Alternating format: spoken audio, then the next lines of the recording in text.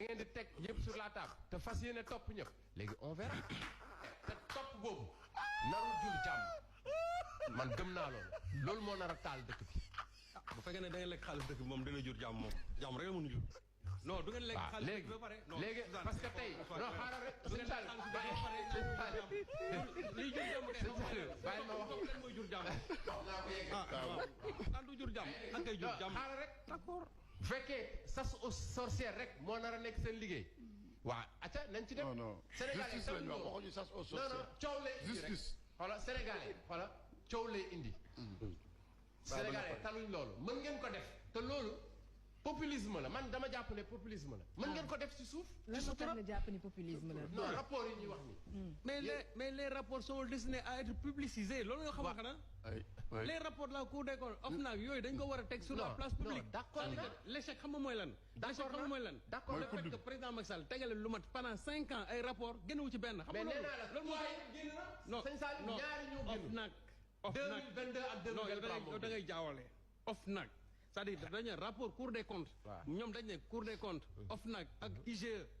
IGE ñoom seen rapport yooyu pendant 5 ans dara génnu ci c'est-à-dire OFNAC bi moom ñoom la seen 2 rapports yi génn ba pare loolu mooy dëgg c'est-à-dire que le fait que président Macky Sall ci boppam toog pendant 5 ans. amul benn rapport bu génn mais xanaa xamul loolu mooy indi problème mu dëkk bi boobu léegi. parce que li gën a am solo ci rapport yooyu mooy chaque fois muy les vérificateurs yi li ñuy wax.